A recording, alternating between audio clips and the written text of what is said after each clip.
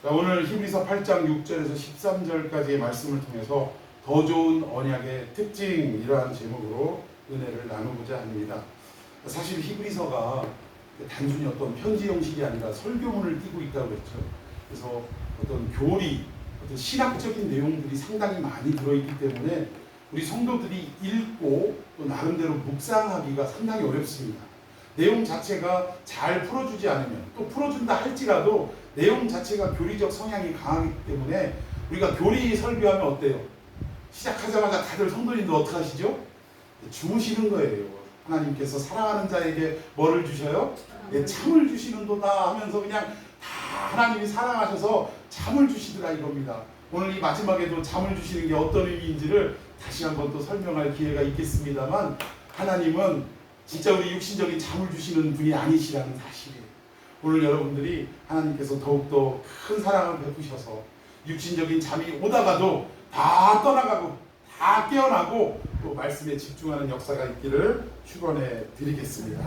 자, 우리 지난주에도 더 좋은 약속, 지난주는 어버이주일이라 잠시 절기 설교를 했고, 그 전주에 더 좋은 약속, 더 좋은 언약 이렇게 해가지고 말씀을 전했는데, 사실은 더 좋은 약속과 더 좋은 언약은 누구냐? 한마디로 말하면 예수를 말하는 거예요.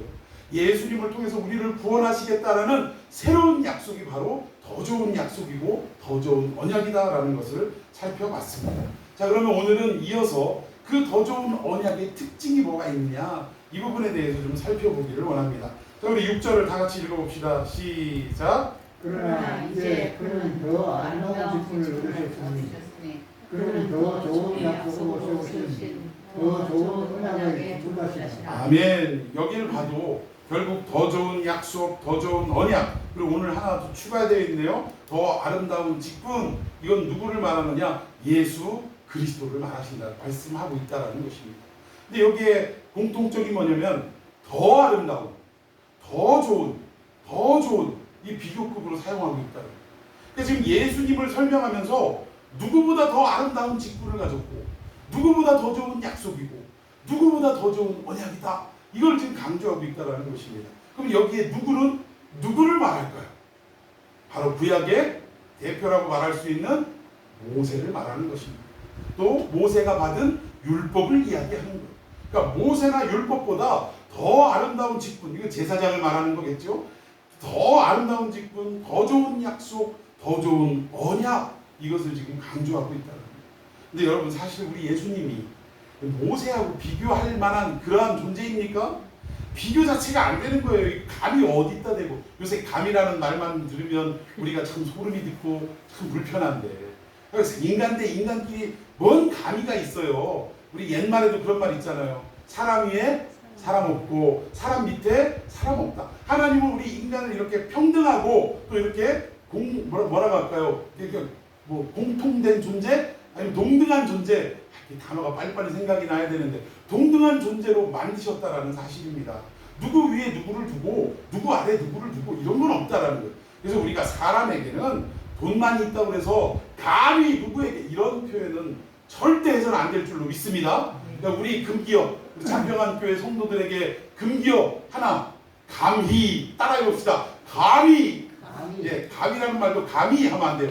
감히 감히, 이 말은 반드시 우리 교회의 금기어가 되어야 될 줄로 믿습니다. 예, 예수님은 이 금기어지만 감히 어떻게 이 모세가 예수님과 비교할 수 있습니까? 그럼에도 불구하고 히브리서 기자가 예수님과 모세를, 또 대제사장 아론의 반차를 갖춘 대제사장과 멜기세덱의 반차를 갖춘 예수님과 비교하는 이유, 또 율법과 새 언약을 비교하는 이유가 있다라는 거예요. 첫 번째는 뭐냐? 우리 인간의 언어를 통하지 않으면 이해할 수 있습니까? 없습니까?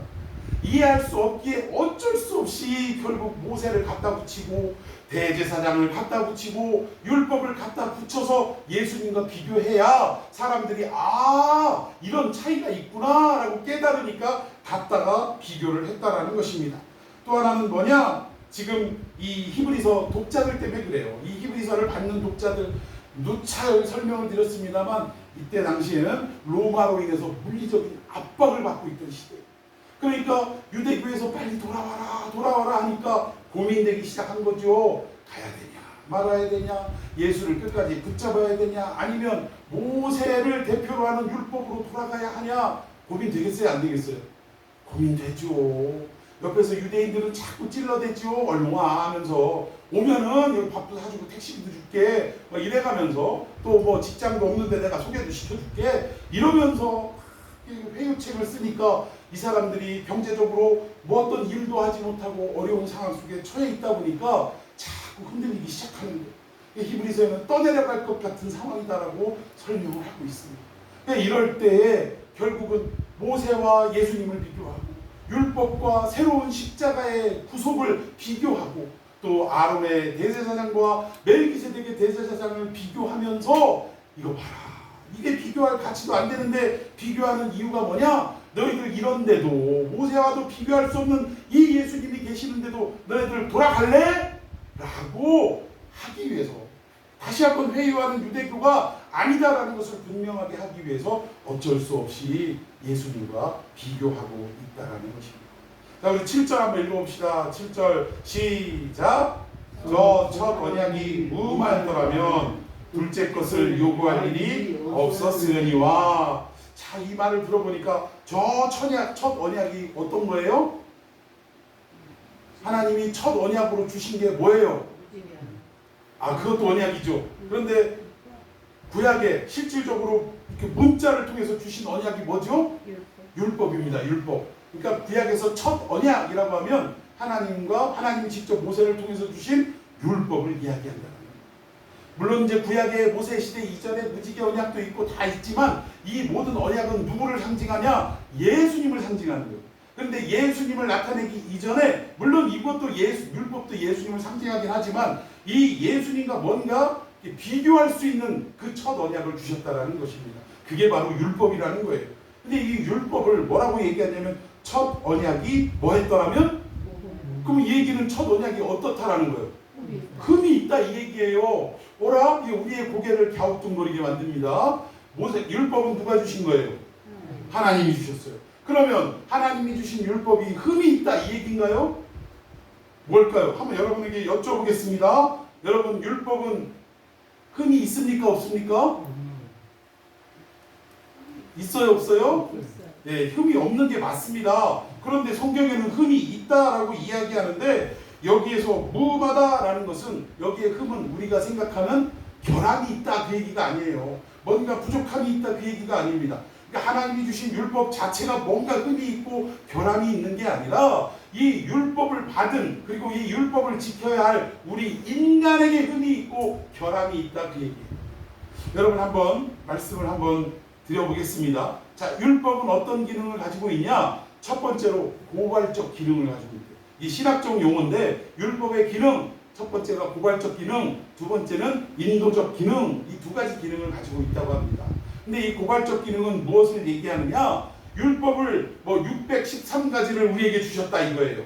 그런데 이 613가지 율법을 하라 하지 마라 두 가지로 나뉘어지는데, 이 모든 것들을 100% 지킬 수 있는 사람이 있습니까? 없습니까? 없다라는 거예요. 이게 흠이 있다 그 얘기예요. 율법 자체가 흠이 있는 것이 아니라 이 율법을 지켜야 할 우리 인간이 흠이 있다 이 얘기입니다. 결함이 있다 이 얘기예요. 로마서 3장 10절에 보면 의인은 없나니 하나도 없대. 한 사람도 없답니다. 자, 그렇다면 이건 무슨 얘기냐? 이 율법을 통해서 우리가 알 수 있는 것은, 율법을 지키려고 애쓰고 수고하고 노력하는데 이게 가능해요? 불가능해요? 불가능하더라 이거예요. 그러면서 불가능함을 느끼는 동시에 아하, 나는 뭐다 이런 거예요. 나는 죄인이구나. 나는 흠이 있는 인간이구나. 내 스스로는 이 율법을 지킬 능력이 있다 없다? 없구나 라는, 나 스스로가 죄인이라는 것을 알게 되는 고발적 기능입니다. 율법은 우리를 향해 너는 죄인이다, 너는 이 율법을 지킬 수 없다라는 것을 분명하게 말씀하고 있다라는 것입니다. 이게 고발적 기능이에요. 그리고 두 번째, 무슨 기능? 인도적 기능. 이건 무슨 얘기냐? 내가 율법을 온전히 지킬 힘도 능력도 자격도 안 되는 것을 깨닫게 되니까 한숨이 나오는 거야. 아하, 이거 어찌할꼬 하면서 결국 어디에 결론에 도달하게 되냐? 그래서 나에게는 누가 필요하다라는 거예요? 중보자 예수가 필요하구나. 그래서 메시아가 필요한 거구나. 그래서 우리의 율법을 지키지 못하는 이 연약함 그대로를 가지고 누구 앞으로 가게 돼 있다?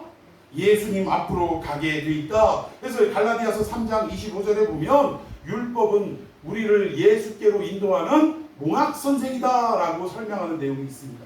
몽학 선생은 무슨 말이냐? 뭐 그때 당시에 뭐 우리식으로 말하면 유치원 선생 정도. 그러니까 귀족 집안에 또는 뭐 왕족 집안에 아이가 있습니다. 근데 이 아이를 아버지 어머니가 직접 가르치는 것이 아니라 선생님을 초빙을 하는 거예요. 청빙을 하는 거예요. 그래서 그 집안에서 같이 먹고 살고 이렇게 하면서 그 아이를 전담해서 가르치게 했다라는 것입니다. 근데 이 가르치는 사람들을 그 로마라고 하면 로마 사람을 불러다가 하는 경우도 있지만 대부분 어떤 사람들을 데려왔냐면 로마가 이미 지배하고 있는 헬라 문화권의 사람들. 당시에 헬라 문화가 얼마나 발달했냐? 로마 사람들은요 싸움은 잘했지만 뭐가 안 따라줬어요? 머리가 안 따라줬어요. 왜 그런 거 있잖아요. 머리가 나쁘면 뭐가 고생한다고요? 손발이 고생한다. 만약 헬라 사람들 같았으면 전 세계를 지배하는데 전쟁을 하는데에도 가급적이면 칼과 창으로 싸워서 승리하는 것보단 사실은 자기들의 어떤 세력을 과시하면서 말 없는, 그러니까 전쟁 없는 그러한 승리를 일구었을 가능성이 높았다라는 거예요. 그러니까 헬라 사람들은 상당히 철학적으로도 깊이가 있었던 사람들이고 아주 수재들이 많았다라는 거예요. 그래서 이 사람들, 그리고 또 한 부류는 누구냐? 유대인들이에요. 유대인들은 어려서부터 하나님의 말씀으로 양육받고 세상이 주는 지혜와 같이 아니한 이런 뛰어난 지혜를 가진 사람들이 있었기에 그들을 내 아들을 가르치는 몽학선생, 즉 가정교사로 데려왔다는 거예요. 그래서 그들을 통해서 이들을 가르치고 어려서부터 예절이 무엇인지 또 정치가 무엇인지 또 경제가 무엇인지 하여튼 작은 부분에서 큰 부분에 이르기까지 가르치는 역할을 했다는 것입니다. 그런데 오늘 이 율법이 결국은 누구에게로 인도하는? 예수님에게로 인도하는 그 몽학선생이다라고 설명을 하고 있다. 그러니까 결국 이 율법 자체가 인도적 기능을 가지고 있다라는 말이 성경 안에서도 증명이 됩니까? 안 됩니까? 증명이 되는 거예요. 율법은 율법 자체로서 무언가를 해결할 수 있는 능력이 있는 것이 아니라 율법을 통해 우리가 죄인됨을 깨닫게 되고 그리고 마침내 그 율법을 통해서 죄인됨을 깨달은 동시에 그래서 나에게는 예수님이 필요하구나 라고 예수님께로 인도하는 기능을 가지고 있다는 것입니다. 그러니까 이게 율법의 기능인데 중요한 건 뭐냐? 이 율법을 지키고 안 지키고에 따라서 결국 우리가 뭐 어떻게 구원을 받는다거나 이런 게 있습니까? 없습니까? 더 나은 인간이 된다거나 하나님이 예비하신 어떤 그 계획하신 대로 우리가 뭐 변화된다거나 이런 게 있어요? 없어요? 그런 기능은 없다라는 거예요. 그러니까 율법을 잘 지켜서 우리가 뭐 획기적인 어떤 하나님의 창조하신 본연의 모습으로 바뀌어진다거나 이런 기능은 없다 이겁니다. 그러니까 결국 이걸 가지고 오늘 본문에서는 뭐라고 표현한 거냐? 첫 언약이 뭐 했다? 무음했다. 그러니까 결국 흠이 있었다라고 설명을 하는 거예요.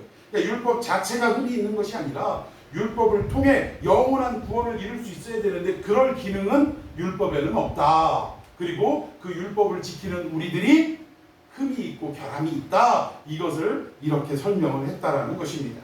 자, 우리 8절 한번 읽어보십시다. 8절 시작. 그들의 잘못을 지적하여 말씀하시되 주께서 이르시되 볼지어다 나를 이르니 내가 이스라엘 집과 유다 집과 더불어 새 언약을 맺으리라. 예, 첫 언약이 흠이 있기 때문에 여기서 흠은 율법 자체가 흠이 있는 것이 아니라 설명드린 대로 여러분들 이해하시면 되겠습니다.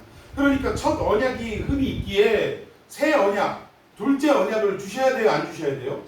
주셔야 된다는 거예요. 근데 그 둘째 언약, 더 좋은 언약이라고 표현되어 있는데 이것을 여기에서는 8절에서는 뭐라고 말하냐면 새 언약이라고 이야기합니다. 새 언약을 주셔야 된다는 거예요. 그런데 이 8절 말씀이 히브리서 기자가 성령의 감동하심을 입고 이 히브리서를 받을 이 독자들에게 쓴 내용이 아니라 이 8절은 이미 구약에 기록되어 있는 내용이랍니다. 어디에 기록이 되어 있느냐? 이 눈물의 선지자라고 일컫는 예레미야가 쓴 내용. 여러분, 예레미야가 하나님으로부터 받은 언약의 이름이 뭐예요? 새 언약입니다.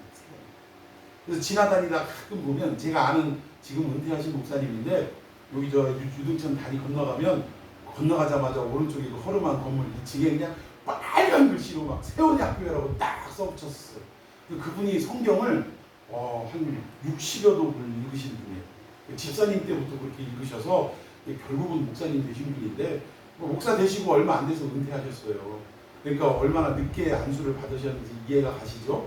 근데 막 그거 해놨더니 온갖 이단들이 다 와가지고 지들 쓰는 말이라고 새언약 막 이런 와가지고 막 얘기하고 목사님 포섭하려고 애를 쓰더래요. 그래서 참 어려움이 많았다라는 이야기가 있었는데 아무튼 여기에 새 언약이라는 말은 예레미야 선지자가 하나님으로부터 받은 언약을 새 언약이라고 이야기를 합니다. 자, 그렇다면 우리 원문을 한번 봐야 되겠죠? 예레미야 31장 31절만 한번 읽어봅시다. 시작. 여호와의 말씀입니다. 보라, 나의 이름이 내가 이스라엘 집과 유다 집에 새 언약을 맺으리라. 아멘. 여기에 배경이 뭐냐? 이스라엘 백성들이 하나님의 사랑을 입고 결국 하나님의 백성이 되어 가나안 땅 안에 정착하게 됩니다.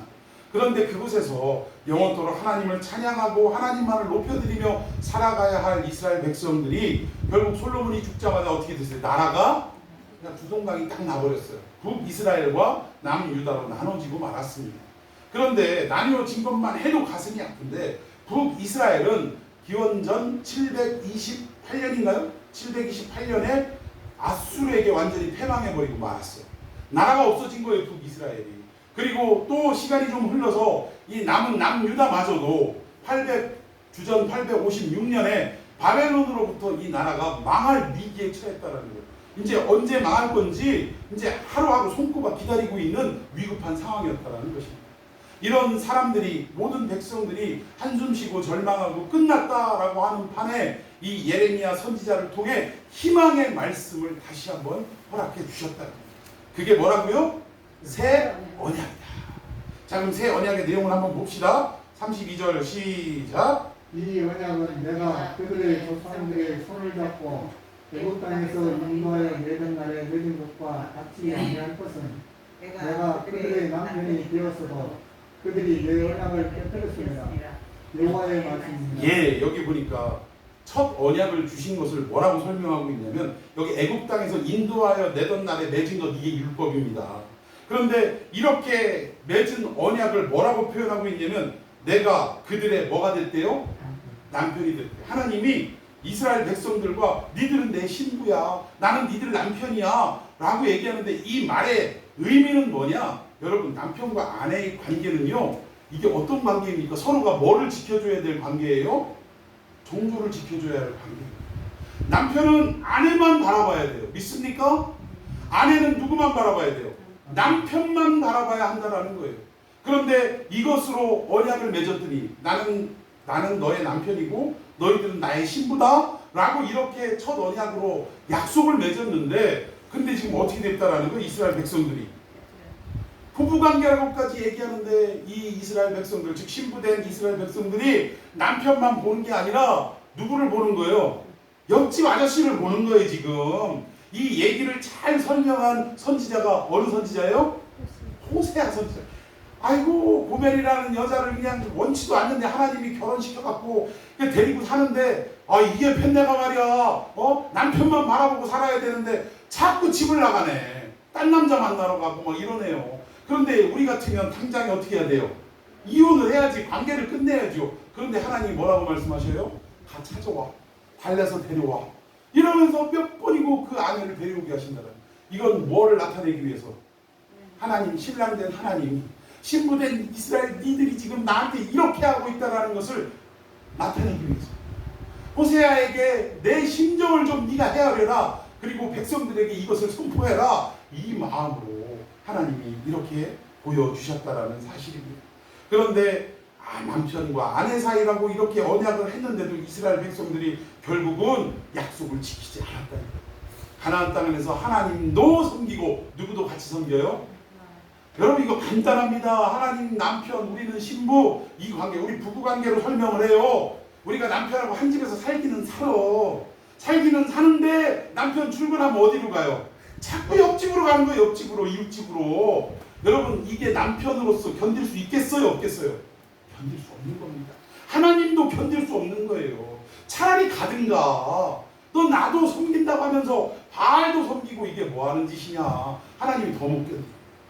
그러니까 이런 상태가 되었다라는 것입니다. 그런데 이런 상황이면 적어도 관계를 끊고 이혼을 하고 뭐 내쫓아버리고 이래야 되는데 하나님이 이런 이스라엘에게 뭘 주시더라는 거예요. 지금 새 언약을 또 주시더래요. 새 언약을. 참 우리는 이걸 생각할 때마다 이스라엘 나쁜 놈이네 이거 생각할 게 아니라 이 이스라엘이 오늘날 누구를 얘기하는 거예요? 나를. 우리가 하나님 앞에 하나님 사랑해요, 하나님 아버지 사랑합니다 고백하다가 교회 문 밖에 딱 나가서 세상에 살아갈 때 얼마나 세상 사람들의 원리와 가치를 똑같이 따라서 하느냐 이 얘기예요. 이게 결국 뭐예요? 하나님도 사랑하고 바알도 사랑하는 것과 다를 바가 없다라는 것입니다. 그럼에도 불구하고 하나님이 우리를 끝까지 붙잡은 손을 놓지 않으시더랍니다. 호세아처럼 데려와, 붙잡아와, 달려와 해가지고 하나님이 우리를 끝까지 안아주시고 감싸주시더라는 말입니다. 우리가 이 은혜를 잊고 살아가는 사람들이에요. 하나님 앞에 감사하지 않습니까?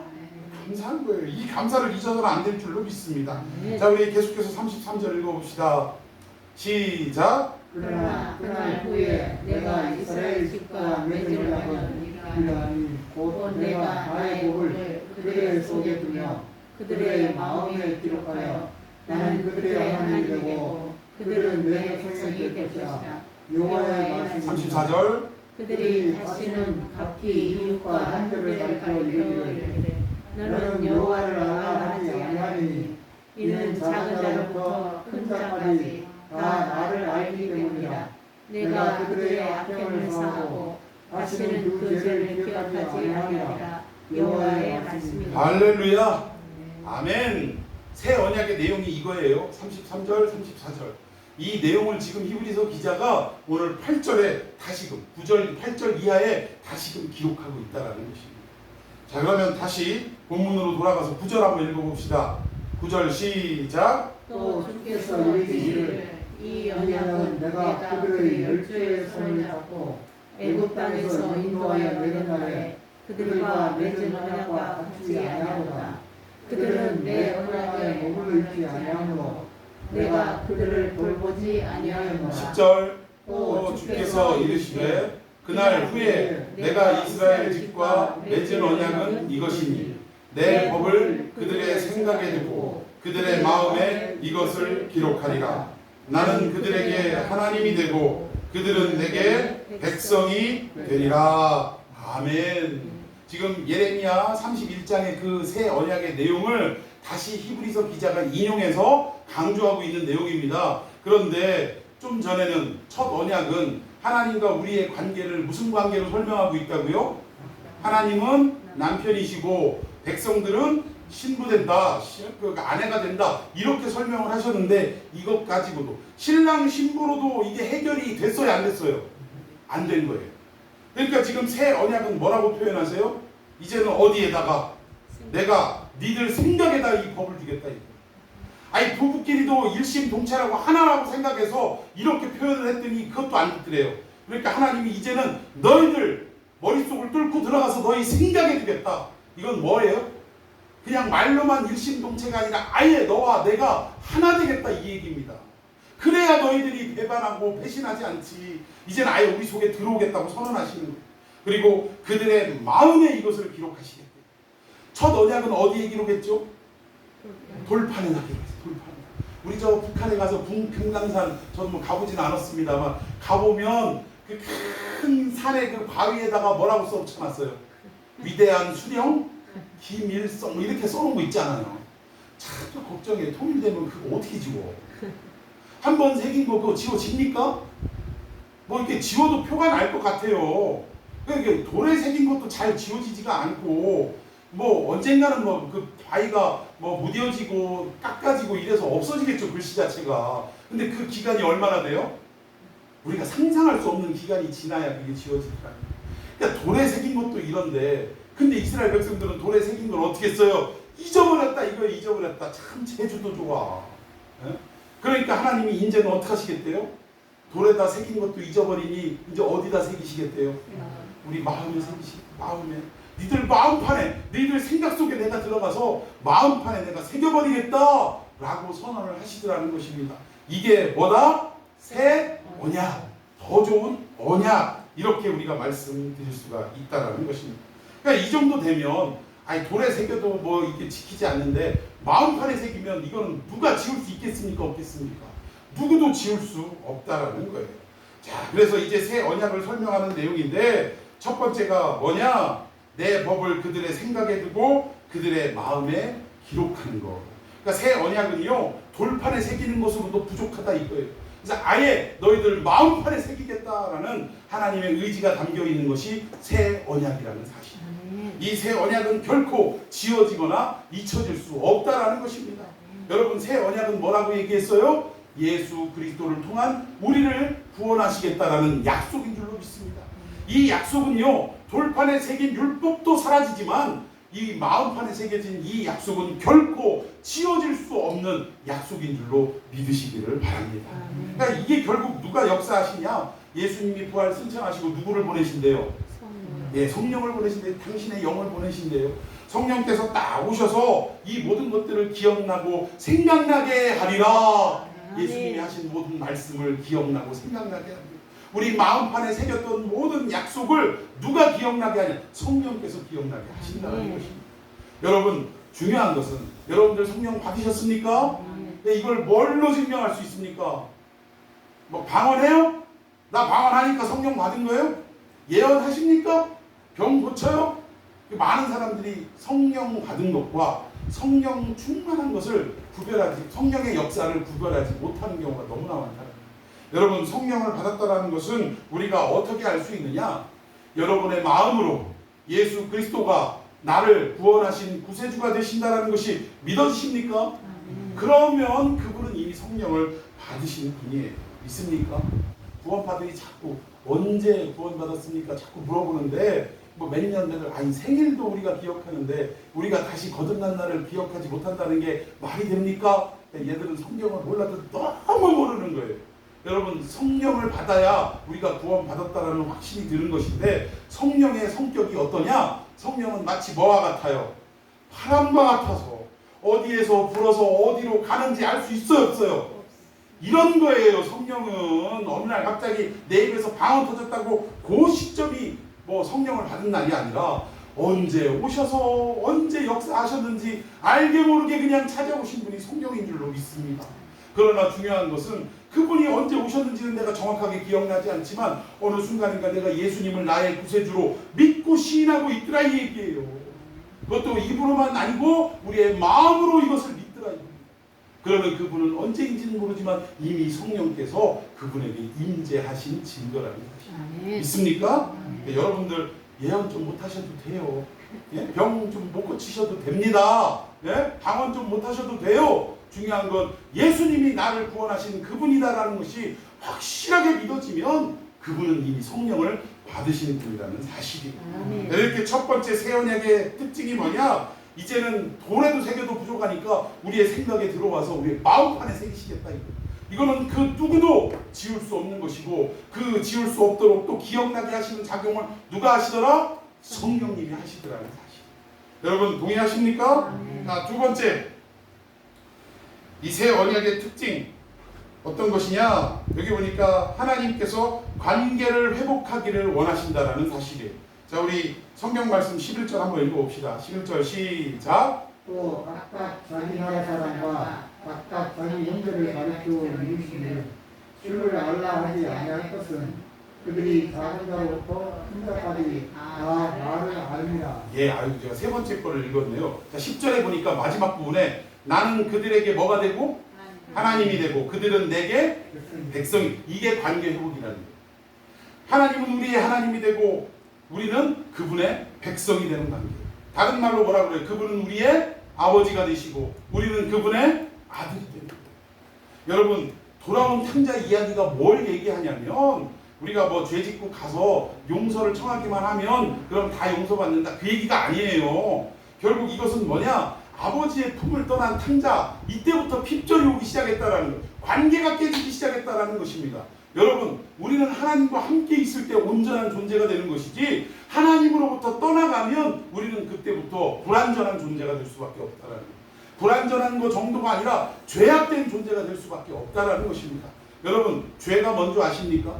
살인하는 게 죄라고 예수님이 말씀하셨어요? 아니에요. 하나님을 믿지 아니함이 죄다라고 말씀하셨습니다. 그러면 그 외에 살인하고 강도질하고 도둑질하고 뭐 음행을 하고 이 모든 것들은 죄가 임한 어떻게 보면 그 부차적인 행동이라는 거예요. 죄가 임했기에 나타나는 어떤 부차적인 어떤 모습들, 이렇게 설명할 수 있습니다. 죄인이 되었기에 사람도 죽이고 도둑질도 하는 것이지, 내가 사람을 죽이고 도둑질을 했기 때문에 죄인이 되는 것은 결코 아니라 이 말이에요. 하나님을 믿지 아니하는 것 자체가 우리에게는 죄인 줄로 믿습니다. 결국 하나님을 떠나간 탕자는, 아버지를 떠나간 탕자는 그때부터 관계가 끊어지고 죄인이 되고 말았다는 거예요. 근데 이 모든 것이 언제 회복이 됩니까? 아버지 품에 안길 때에 회복이 되는 거예요. 믿습니까? 하나님 아버지가 뭐 주셨어요? 반지 빼주시고, 신분 회복을 얘기하는 거예요. 백성이 되게, 아들이 되게 하신다. 그리고 옷을 걸쳐주신대요. 거지 같은 꼴로 왔는데, 아니 거지 꼴로 왔는데 이거를 다시금 이 아버지가 입던 옷은 귀족들이 입는 옷입니다. 왕족들이 입는 옷이에요. 우리를 왕 같은 제사장으로 입혀주셨다라는 사실입니다. 믿습니까? 그리고 뭘 베풀어 주셨어요? 잔치를 베풀어 주셨어요. 하늘에서는 한 사람의 영혼이 구원받는 것으로 인해 천국잔치가 벌어지는 줄로 믿으시기를 바랍니다.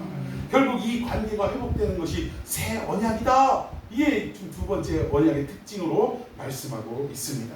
자, 그러면 세 번째 언약은 어떤 특징을 가지고, 새 언약은 세 번째로 어떤 특징을 가지고 있냐? 방금 읽었던 것으로 작은 자로부터 큰 자까지 다 나를 알리라. 여기서의 나는 누구예요? 하나님을 말합니다. 그러니까 모든 인간이 전부 하나님을 알게 되는 것이 새 언약의 특징인 줄로 믿습니다. 아까 언급한 호세아서에 보면 그 호세아서의 핵심이 뭡니까? 우리가 서로 변론하자, 여호와를 알자, 힘써 여호와를 알자. 이것이 호세아 1장 또 6장에 나오는 내용입니다. 그러니까 하나님이 우리의 아버지가 되시고 우리의 신랑이 되시고 또 우리의 구원자가 되시는데 우리는 그분의 어떤 분인지조차 정체조차 알지 못하고 살아가더라 이거예요. 그러니까 자꾸 고멜이 남편 호세아를 두고도 자꾸 다른 데를 딱 돌아다니고 헤매이고 다니는 게 그 이유라는 거예요. 여러분, 재밌는 건 왜 하필이면 많은 선지자 중에 누구의 이름이 호세아? 호세아가 뭐예요? 예수아가 신약으로 오면 뭐가 되는 거예요? 예수, 지저스가 되는 겁니다. 왜 하필이면 많은 선지자 중에 호세아를 딱 찍으셨을까? 결국 우리가 뭐예요? 예수님이 우리 신랑이신데 예수님 팽개치고 자꾸 엉뚱한 데 돌아다니더라 이거예요. 그래서 예수님이 버리시는 게 아니라 우리를 다시금 데려와서 그 내용을, 호세아서 내용을 보면 처음에는 아들을 낳고 딸을 낳는데 로암미라, 내 백성이 아니라 이름이 그래요. 이건 뭐 내 자식 아니다 이 얘기입니다. 그런데 결국은 장절이 좀 지나가면서 뒷부분에 나오면 다시금 하나님이 말씀하세요. 암미라 해라. 내 백성이라고 해라. 내 자식이라고 해라. 다시금 회복시키는 역사가 있더라고요. 그러니까 결국 이 새 언약의 세 번째 특징은 뭐냐? 작은 자로부터 큰 자에 이르기까지 다 하나님이 어떠한 분인지를 알고 그분이 우리를 향해서 하신 구원의 역사가 무엇인지를 알게 되는 이런 특징을 가지고 있다는 것입니다. 여러분, 사사기의 그 마지막 우리의 마음을 아프게 하는 것이 다음 세대가 아닌 다른 세대가 나왔다라는 거예요. 근데 그 다른 세대의 특징이 뭐예요? 하나님을 알지 못하고, 그리고 하나님이 우리에게 베풀어 주신 구원의 역사를 행하신 일들을 알지 못하는 세대. 참 결국 우리가 새 언약을 받지 못한다는 것은 하나님이 정말 어떤 분인지 제대로 모르는 거예요. 그리고 그분이 오늘도 우리가 주가 일하시네, 예배 시작 전에 우리가 이렇게 찬양을 드렸는데 지금도 우리를 위해 구원하시기 위해 어떤 일들을 하고 계시는지를 모르고 있는 상태가 새 언약을 받지 못한 상태라는 것입니다. 우리가 새 언약을 받았다면 하나님이 어떠한 분이시고 나를 위해 어떠한 역사를 하시는지를 분명하게 알게 될 줄로 믿으시기를 바랍니다. 여러분, 하나님은요 우리를 자녀로 낳으셨을 때, 만드셨을 때 우리를 뭘 써먹으려고 만드신 게 아니라는 거예요. 그러니까 우리가 자꾸 착각하는 게 뭔지 아세요? 하나님을 오해하는 게, 하나님이 나를 이 땅에 보내셨으니 내가 하나님을 위해서 뭔가를 해야지 라는 열심이 있어요 없어요? 있어요. 근데 이게 없어서는 안 되지만, 이런 열심이 없어서는 안 되지만, 이게 주된 목적이 되면 안 된다라는 거예요. 여러분, 제가 누차 말씀드리지만 하나님과 우리 사이가 아버지와 자녀의 관계라고 할 때 우리 육신적인 가정 안에서의 부모와 자식 관계를 생각해보면 딱 알아요. 여러분, 자식을 왜 낳았어요? 내가 이거 아들을 한 5명쯤 낳아가지고 한 놈은 노가다 시키고 한 놈은 뭐 시키고 한 놈은 껌파리 시키고 이래가지고 돈을 잔뜩 벌게 해가지고 그 돈으로 내가 호의호식을 해야겠다, 이런 계획으로 자식 낳는 사람이 있어요, 없어요? 그리고 자식을 낳았다 할지라도 자식을 성장시키면서 양육시키면서 어떤 마음이 드냐, 진짜 부모는요, 자식이 존재하는 것 자체로도 어때요? 마음의 기쁨이고. 야, 네가 오히려 뭐라고 해요? 부모들은 태어나줘서 고맙다고. 낳아준 건 누군데? 낳아준 건 부모님인데 그 자녀가 존재하는 것을 보고 기뻐하면서 낳아줘서 고맙다, 태어나줘서 고맙다라고 인사를 하더라는 거예요. 하나님도 우리를 향해 이런 마음인 줄로 믿습니다. 야 내가 야 박집사, 김집사, 너 내가 괜히 내가 이 땅에 보낸 게 아니여. 너 집 팔아서 헌금하라고 내가 너 보낸 거요. 교회 하나라도 건축하라고 보낸, 이런 하나님이 아니라 이 얘기예요. 그런데 우리 자녀들이, 하나님, 우리 부모들이 이렇게 우리를 낳진 않았지만 우리 자녀들이 올바르게 성장하고 또 부모의 은혜를 기억하고 낳아주시고 길러주신 그 사랑을 우리가 깨달아 가다 보면, 그러면 이 자녀들이 어떻게 해요? 어떻게 해요? 우리 부모님 점점 연로하시고 힘들어 가시는데 멀리 떨어져 있는 자녀 같으면 전화라도 해서 어디 불편하신 데는 없으세요? 하고 살펴줘요, 안 살펴줘요? 살펴줘요. 어떤 아버지는 그랬대요. 귀도 잘 안 들리는데 갑자기 저 유명한 그 강연자가 돼가지고 돈을 잘 버는 아들에게 치과에서 전화가 왔대요. 치과에서 전화가 왔는데 간호사가 누구 되시죠? 네, 아버지 누가 여기 오셨는데 임플란트를 지금 하시려고 오셨는데 한 500만 원 정도 들어간다는, 500만 원짜리 있고 한 300만 원 드는 게 있는데 어떤 걸로 해드릴까요? 라고 물어보는데 자식 입장에서 이것저것 따지면서 300만 원짜리를 해줘요, 할 수 있어요, 없어요? 돈이 없으면 그렇지만 이 친구가 아주 유명한 강연사가 돼서, 연사가 돼서, 강연자가 돼서 돈도 엄청 버는데 치과에서 그 전화 왔는데 300짜리를 해줘요, 싸게 해줘요, 이런 얘기 합니까, 안 합니까? 최고 비싼 걸로 해주세요 라고 하는 거죠. 근데 귀도 잘 안 달리는 아버지가 전화를 막 바꾸라고 그래갖고, 나 아무개냐! 아무개! 귀 안 들리니까 막 소리를 고래고래 지르는 거예요. 아무개냐! 아무개냐! 나 이해하려고 왔다! 그냥 싼 걸로 해줘라! 막 이러면서 큰 소리 나더래요. 근데 자식 입장에서는 싼 걸로 못 해주는 거죠. 아무튼 우리가 자녀를 낳고 이렇게 써먹으려고 위해서 낳은 자식 부모는 없다, 이 얘기예요. 낳은 것 자체로, 태어나준 것 자체로도 고맙고, 하나님도 마찬가지예요. 이 땅에서 우리를 보내시고 그리고 그리스도의 사람이 되어서, 기독교인이 되어서 하나님을 잘 섬기고 이렇게 예배하고 선교하고 헌신하고 봉사하고 이 땅에 하나님의 빛을 비추는 자가 되고 등대 같은 자가 되고, 이것 자체로 하나님은 어떠신 거예요? 아버지 되신 하나님은 기쁘신 거예요. 고마운 거예요, 우리에게. 이걸 누가 못해서가 아니라 자식이니까 그 하는 행동이 고마운 거예요. 여러분, 1년 내내 연락도 안 하던 이 자식 새끼들이 어버이날이라고 카네이션 하나 이렇게 갖다 주면, 그러면 우리가 부모된 입장에서 1년 동안 연락도 안 하던 놈의 새끼들이 카네이션 하나가 다 떼우려고 하네, 요번에는 용돈도 없네, 막 이래가면서 하시는 부모님 있어요, 없어요? 없어요. 그냥 그 카네이션 아무것도 아닌 거라도 이거 자체로도 그냥 그 자식이 부모를 생각해 준다는 것 때문에 얼마나 고마운지 몰라 한다는 거예요.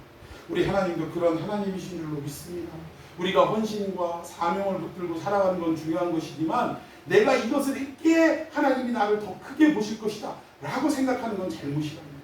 주님이 나를 자녀 삼아주시고 백성 삼아주셨기에 너무나 생각하면 생각할수록, 하루하루 살아가면 살아갈수록 그 은혜가 넘쳐요, 안 넘쳐요? 넘치니까 내가 그분을 위해서라면 뭐라도 해야지. 난 세상 누구도 나를 알아주지 않아도 돼. 그냥 하나님이 즐거워하시는 일이라면 나는 이 일을 할 테야. 이것이 우리 참된 그리스도인의 자세인 줄로 믿습니다. 이게 하나님을 아는 자가 하는 일이에요. 모르는 자는 꼭 대가를 치르려고, 뭔가를 얻으려고 하더라는 것입니다. 자, 마지막 네 번째 특징 뭐냐? 12절 시작. 내가 그들의 소리를 흥미히 열고 그들의 죄를 다시 기억하지 아니하리라 하셨느니라. 아멘. 마지막 네 번째 새 언약의 특징은 뭐냐? 긍휼히 여기신다라는 거예요. 긍휼히 여기신다라는 것은 불쌍히 여겨주신다라는 것입니다. 그런데 불쌍히 여기심으로 결국 뭐를 어떻게 하시겠느냐? 다음 보니까 그들의 죄를 다시 어떻게 하지 않으시겠다? 기억하지 않으시겠다. 하나님은 우리가 주님 앞에 정말 통회하고 자복하는 마음으로 진심으로 회개하면 그러면 우리 주님은 그 죄를 묻지 않으시겠다. 용서해 주시겠다라고 말씀하고 있습니다. 여러분 이것이 이 새 언약의 마지막 특징인 줄로 믿습니다. 오늘 네 가지의 특징을 살펴봤는데 결국 우리의 마음속에 들어와서 새겨주신대요. 누구도 지울 수 없는 약속으로 새겨주신다라는 것입니다. 그리고 하나님을 떠났던 우리들의 하나님과의 관계를 어떻게 하시겠다고요? 다시 회복시켜 주신다. 그러니까 다시 하나님께로 돌아오게 하시겠다라는 거예요. 여러분 결국 우리의 신앙의 마지막 여정은 어디로 가는 거예요? 누구에게로 가는 걸로 끝나요? 하나님께로 가는 걸로 끝나는 거예요. 아버지께로 가는 걸로. 우리는 지금 탕자처럼 아버지의 곁을 떠나서 지금 이 세상을 유리하고 방황하고 방탕하고 있는 거예요. 이러던 와중에 결국은 여러 가지 어려운 일들을 당해서 돼지 쥐엄나무 열매조차 먹을 수 없는 이런 핍박과 곤고한 지경에 처해 있게 만들어서 결국 누구를 기억나게 하는 거예요? 아버지를 기억나게 하시는 줄로 믿습니다. 그러니까 세상에서 어렵다고 너무 원망하고 낙심하지만 마세요. 왜? 이 일이 아버지를 기억하게 하는 하나님의 교육 방식이기 때문에.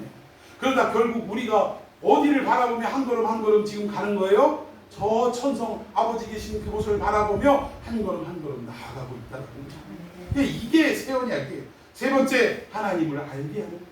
하나님이 우리를 어떻게 사랑하시는 분인지를 뭐 어떤 전라도 선교사님이 가가지고 이야기하는데 세상에 1시에 도착을 했대요. 러시아 어디 막 꼴짝인데 그 울퉁불퉁한 길을 새벽 1시에 도착을 했는데 와갖고 맨날 그러대요. 아유 어찌했을까나 하면서 하나님이 어찌나 그냥 여기 교회를 사랑하시는지 지금 이 교인들이 현지 그 사람들이래요. 한국인이 아니라.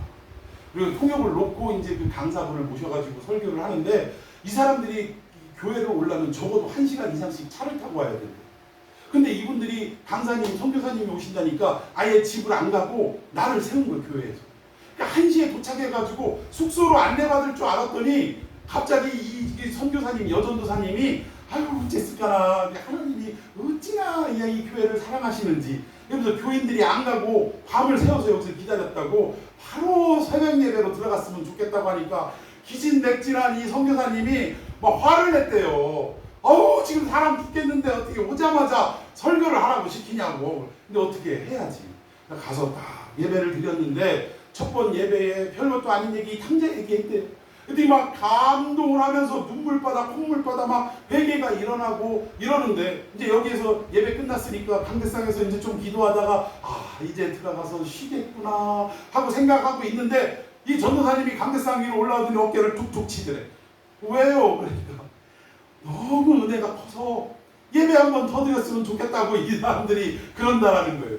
그래가지고 2번을 드리면서 오히려 이 강사 목사님도 오히려 크게 깨달았대요. 하나님 앞으로 돌아가는 이 이야기, 탕자 얘기 너무나 흔한 얘기인데 이들은 그 이야기를 듣고 감동하면서 다시금 두 손을 들고 찬양을 하면서 내가 아버지께로 돌아갑니다. 이런 절박함으로 나아가는데 자기는 그냥 달고 다른 설교니까 아무렇지도 않게 했던 거를 그때 회개했다라고 이야기합니다. 아무튼 이런 역사가 있기를 축원합니다. 그리고 하나님을 알게 하는 거예요. 하나님이 어떤 분인지 얼마나 우리를 생각하고 또 우리를 사랑하시고 우리를 구원하시는 분인지 알게 되는 언약이 이 새 언약의 특징이라는 것입니다. 그리고 마지막 네 번째, 하나님이 우리를 긍휼히 여기셔서 구약의 율법으로는 죄지면 그 대가는 사망입니다. 짐승을 매번 죽이든지 안 그러면 죽든지. 그런데 하나님은 이 새 언약을 주셔서 우리에게 긍휼히 여기시고 그리고 우리를 회개하기만 하면 다시금 우리의 죄를 기억하지 않으시겠다고 약속해 주셨다. 이것이 오늘 우리에게 임한 더 좋은 언약, 새 언약의 특징인 줄로 믿습니다. 우리는 얼마나 복받은 자냐 이거예요. 구약에 태어나지 않은 것을 감사해야 할 줄로 믿습니다. 오늘 우리에게 이 귀한 더 좋은 언약, 새 언약을 주신 하나님의 그 사랑과 은혜를 붙잡고 함께 기도하십시다. 우리 주님의 이름을 부르며 함께 기도합니다.